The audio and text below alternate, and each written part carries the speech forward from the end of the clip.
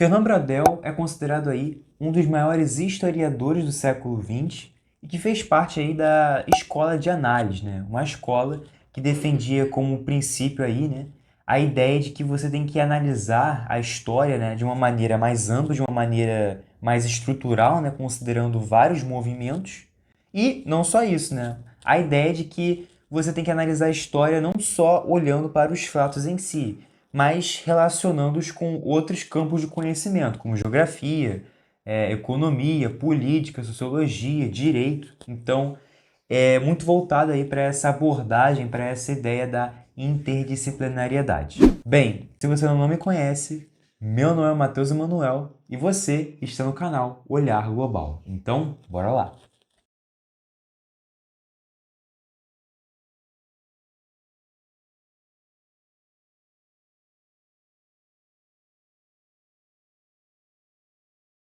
Bem, Brodel, né, esse grande nome, né, muito influente dentro do meio acadêmico, né, ele basicamente teve algumas ideias que foram fundamentais aí, né, no modo de se pensar a história principalmente. A primeira ideia, no caso, é a divisão da história em três grandes tempos. O primeiro tempo, né, seria a ideia da longa duração, que é o que Brodel vai defender, né, vai ser um dos pilares da tese dele, né, que é basicamente a ideia de que você tem que analisar a história de uma forma completa, considerando períodos mais abrangentes, recortes históricos maiores, né? Então considerando movimentos, tendências estruturais, beleza? Então, um exemplo disso seria você analisar, por exemplo, a geografia de um determinado lugar, porque na visão de Brodel, ele vai entender que a geografia é um elemento perene, né, e constante para todas as sociedades ou para grande parte das sociedades. O clima também, que dificilmente sofre alterações muito bruscas, então um clima em determinado local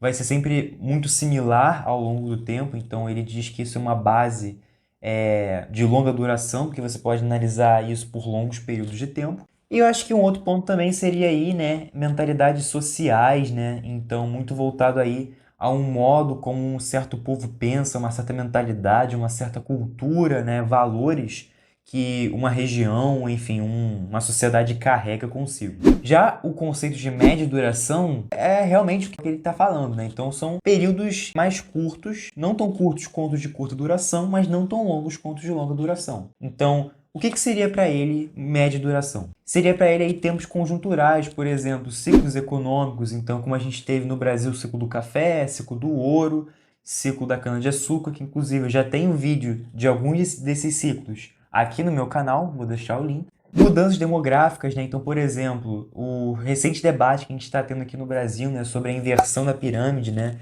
do crescente, né, envelhecimento populacional e da diminuição, né, do número de jovens, né, e da força produtiva, né, da força de trabalho. É um debate, né, é uma mudança, uma tendência que ela não é necessariamente na longa duração, mas ela é um movimento de conjuntura, ou seja, daqui para os próximos anos, com certeza isso deve acontecer, no caso já está acontecendo, mas a gente não pode dizer se isso vai acontecer para sempre. Então é um movimento conjuntural, por isso que o Brodel ele coloca, por exemplo, essa questão da inversão da pirâmide, né, e do envelhecimento populacional com uma questão aí de média duração. E o tempo de curta duração é aquele que se refere a eventos políticos, né, então a eventos isolados. Então é um caso que aconteceu, uma coisa específica que aconteceu naquele tempo, naquele ano. Então, por exemplo, decisões políticas, né, como foi o caso aí, por exemplo, do Richard Nixon, que decidiu em 1971 acabar com o padrão dólar ouro. The strength of a nation's currency is based on the strength of that nation's economy. And the American economy is by far the strongest in the world. Accordingly, I have directed the Secretary of the Treasury to take the action necessary to defend the dollar against the speculators. I have directed Secretary Connally to suspend temporarily the convertibility of the dollar into gold or other reserve assets, except in amounts and conditions determined to be in the interest of monetary stability and in the best interest of the United States. Isso seria considerado uma medida, né, um exemplo de curta duração para Brodel, né, já que foi uma decisão política, né, barra econômica. Outras decisões, né, como por exemplo o lançamento de bombas a Hiroshima e Nagasaki também seriam considerados aí, né, eventos de curta duração. E teriam vários outros, né? Poderia ficar o dia inteiro aqui, né, falando de eventos de curta duração, mas que para Brodel, né, ele diz que eles têm a sua relevância, mas eles não são tão importantes quanto, por exemplo, movimentos maiores, né, mais estruturais, que seriam aí os movimentos de longa duração. Então, para fechar a ideia, ele vai dizer que os movimentos de longa duração são aqueles que a gente deve dar mais atenção e focar mais para a gente fazer uma análise histórica mais completa e robusta. Um outro conceito também bem importante de Brodel é a ideia de coerção geográfica. O que seria isso? Para Brodel, toda civilização é condicionada por fatores geográficos, ou enfim, pelo espaço físico em que ele está inserido. Então, por exemplo, você tem um povo que ele está ali, né, e está presente perto de um rio. Então, a sociedade se construiu a partir daquele rio. Então, o rio vai condicionar todas as formas, ou grande parte das formas daquela sociedade, de, enfim, pegar água, de alimentação, de agricultura, de consumo. Então, aquele rio, por exemplo, pode ser aí no Rio Nilo, ou enfim, outros rios, né, que moldaram de fato, né, a história de grandes civilizações, né, eles podem aí moldar as sociedades, e é isso que o Brodel ele vai enfatizar, por isso ele vai colocar até mesmo a geografia como algo, né, de longa duração, porque você entendendo a geografia daquele lugar, você entende como o processo histórico vai se estruturando naquela sociedade ao longo do tempo. Então, por isso que ele, claro, vai dar muita importância para a geografia e para a ideia de longa duração. E aí, claro, né, isso inclui também, né, climas, rotas marítimas, né, rotas comerciais também, importante. Então, rotas marítimas, a gente teve, por exemplo, durante as grandes navegações, no qual você tinha as potências europeias, né, no caso aí, né, Portugal, Espanha, até mesmo Inglaterra, buscando rotas para poder conseguir recursos naturais, porque você tinha locais onde você tinha muitos recursos, como era o caso das Índias, né? Então você traçou, né, todo um caminho para poder chegar nas Índias, contornando a África, algumas vezes tentando entrar, né, pelo mar Mediterrâneo. Então, assim, esses movimentos, né, que foram influenciados pela geografia também são de muita relevância para Brodel, porque ele vai olhar para essa situação que eu exemplifiquei aqui, né, dei de exemplo, e vai dizer, olha, a Índia, se não fosse seus recursos naturais, se não fosse sua geografia que permitisse com que ela tivesse esses especialistas e vendesse isso para o mercado, isso não teria levado, por exemplo, a Portugal, a Espanha e outras potências terem feito esse caminho todo, esse trajeto, né, que foram aí, né, as grandes navegações, para conseguir, então, né, as especiarias, os condimentos e tudo mais. Então, é esse link que ele está tentando fazer quando ele está traçando esse conceito de coerção geográfica, ou seja, de como a geografia influencia as sociedades e a história, né, dessas civilizações. E isso, claro, né, aparece em sua obra O Mediterrâneo e o Mundo Mediterrâneo na época de Filipe II. Então, vou até deixar o link do livro aqui na descrição, para caso vocês queiram dar uma olhada, no qual ele basicamente vai dizer, a tese dele, né, principal, vai ser de que o mar, o clima e os recursos naturais, eles estruturaram, né, a região ali do mar Mediterrâneo, que foi até um exemplo que eu citei agora há pouco. Então, para vocês verem como o Brodel ele está analisando todos esses movimentos. Além disso, o Brodel também ele defende a ideia de uma economia mundo, ou seja, para ele, a economia ela está organizada em torno de um centro hegemônico, né? O que seria esse centro hegemônico? Basicamente seriam os países que lideram ou controlam esse sistema. No caso dos dias de hoje, a gente poderia entender que o centro hegemônico seria aí os Estados Unidos, que detém aí, né, a força do dólar como uma moeda de referência internacional, é o país que mais gasta, né, com defesa militar. Claro, o seu poderio também em termos de política, de influenciar decisões em outros países, até mesmo decisões de taxa de juros. Então, tudo isso engloba, né, nessa ideia de um centro hegemônico, ou seja, de países que lideram esse sistema, beleza? Então, em cada momento, em cada época, né, tiveram países que dominaram, fizeram parte desse centro, né, como foi o caso da Inglaterra, que por muito tempo foi aí, né, a grande potência que dominava todo esse jogo geopolítico e econômico, né, da sociedade, né, do sistema internacional. E agora a gente vê, por exemplo, os Estados Unidos. Então, a economia mundo é isso para ele. Então, você tem de um lado um centro hegemônico, né? E do outro lado você tem a periferia, que são os países que se subordinam a essa autoridade, né? A esse país central ou a esse conjunto de países, né?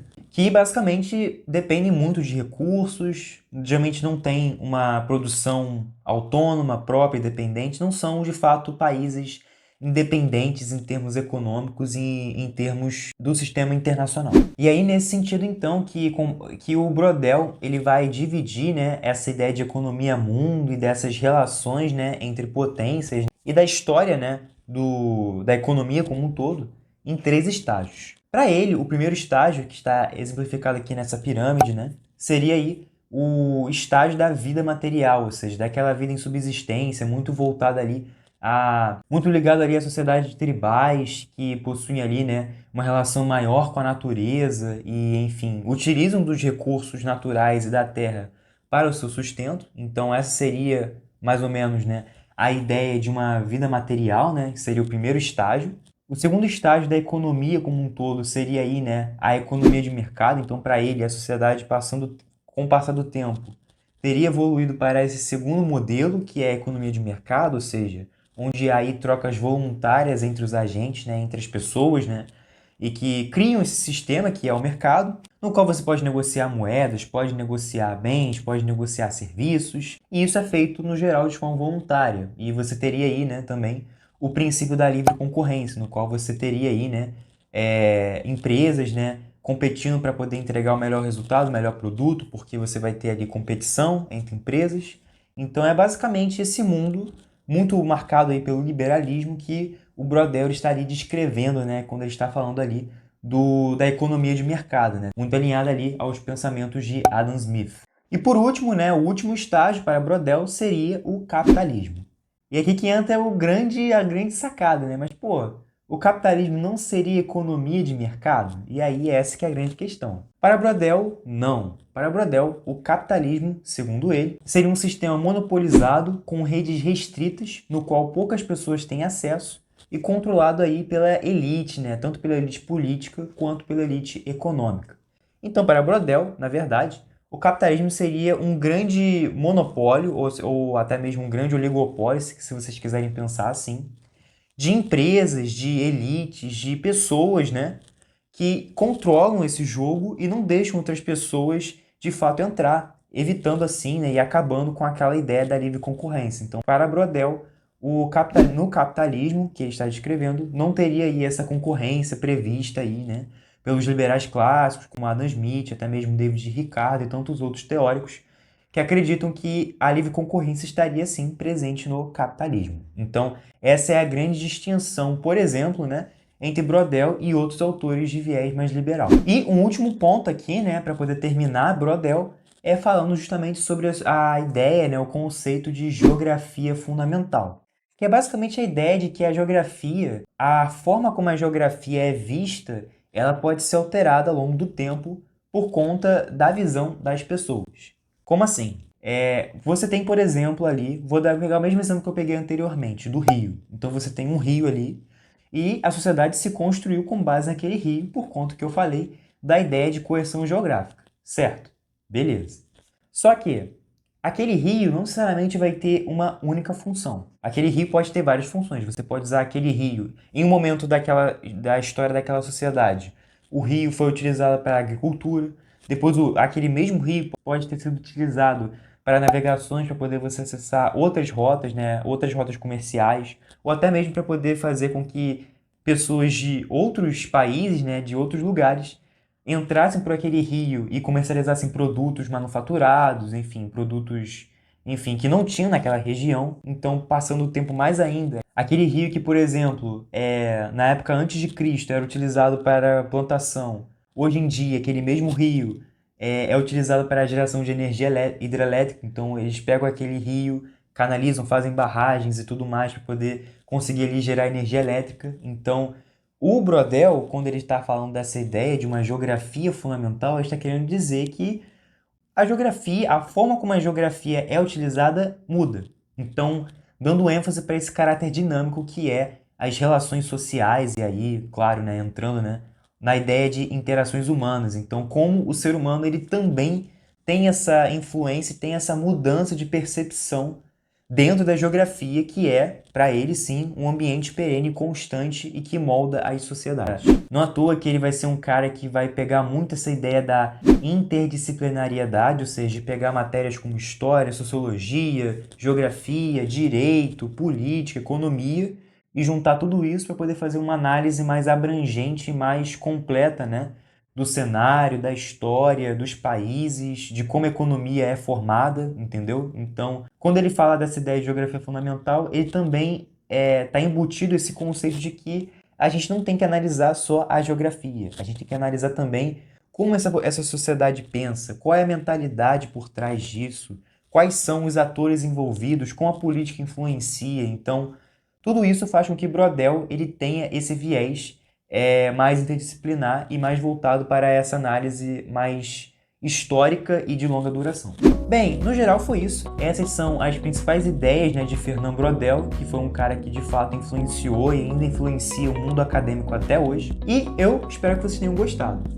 Se gostou, não se esqueça aqui de se inscrever no canal e de ativar o sininho para não perder nenhum dos próximos vídeos.